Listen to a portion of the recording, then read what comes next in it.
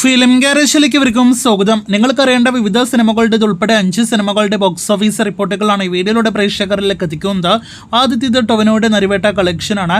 ഇന്ന് സിനിമയുടെ 21ാം ദിവസമാണ് തിയേറ്ററുകളിൽ.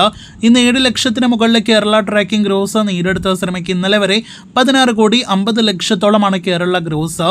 ഇന്നത്തോടെ 16 കോടി 65 ലക്ഷത്തിലേക്ക് സിനിമയുടെ കേരള ഗ്രോസ് എത്തപ്പെടുന്നതാണ്. വേൾഡ് വൈഡ് ഗ്രോസ് 26 കോടി കടന്ന സിനിമയുടെ ഫൈനൽ കളക്ഷൻ കൃത്യമായിട്ട് അറിയുവാനായിട്ട് പ്രേക്ഷകർ കാത്തിരിക്കൂ.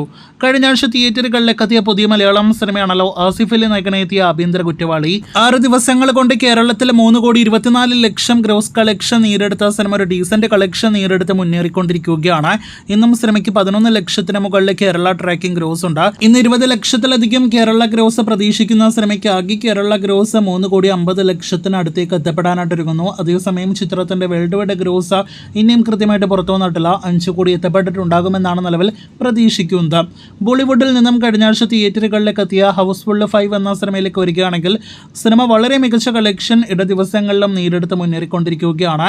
വൻ ബഡ്ജറ്റിൽ തിയേറ്ററുകളിലേക്ക് എത്തിയ സിനിമയുടെ ഒഫീഷ്യൽ കളക്ഷൻ പ്രകാരം 191 കോടി 73 ലക്ഷം രൂപയാണ് സിനിമയുടെ ആദ്യ 6 ദിവസത്തെ വേൾഡ് വൈഡ് ഗ്രോസ്. ട്രാക്കസ് കളക്ഷനും ഒഫീഷ്യൽ കളക്ഷനും തമ്മിൽ വലിയ വ്യത്യാസമൊന്നും തന്നെയില്ല. 200 കോടിയിൽ പരം ബഡ്ജറ്റുള്ള സിനിമ ഇന്നത്തോടെ 200 കോടിയിലധികം വേൾഡ് വൈഡ് ഗ്രോസ് നേടിയെടുക്കുമെന്നും ഉറപ്പാക്കപ്പെട്ടിരിക്കുകയാണ്.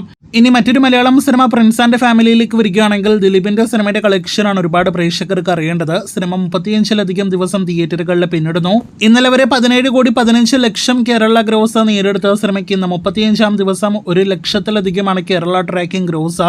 ഇന്ന് 3 ലക്ഷത്തോളം കേരള ഗ്രോസ് പ്രതീക്ഷിക്കുന്ന സിനിമ ഫൈനൽ റണ്ണിലേക്ക് അടുത്തുകൊണ്ടിരിക്കുകയാണ്. കഴിഞ്ഞ ഒരാഴ്ചയിലധികമായിട്ട് സിനിമയുടെ വേൾഡ് വൈഡ് കളക്ഷൻ ഇനിയും അപ്ഡേറ്റ് ആക്കപ്പെട്ടിട്ടില്ല. അതുകൂടി കൃത്യമായിട്ട് അറിയുവാനായിട്ട് കാത്തിരിക്കൂ. ഈ വീക്കെൻഡിലെ കളക്ഷൻ അറിയാനായിട്ട് കാത്തിരിക്കൂ.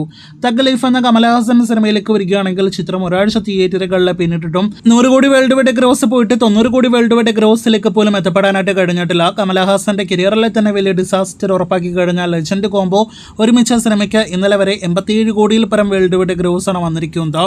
ഇന്നത്തെയോ നാളത്തെയോ കളക്ഷനോടെ മാത്രമേ സിനിമ 89-90 കോടി റേഞ്ചിലേക്കെങ്കിലും കളക്ഷൻ എത്തപ്പെടുകയുള്ളൂ എന്നാണ് നിലവിൽ നാം പ്രതീക്ഷിക്കുന്നത്.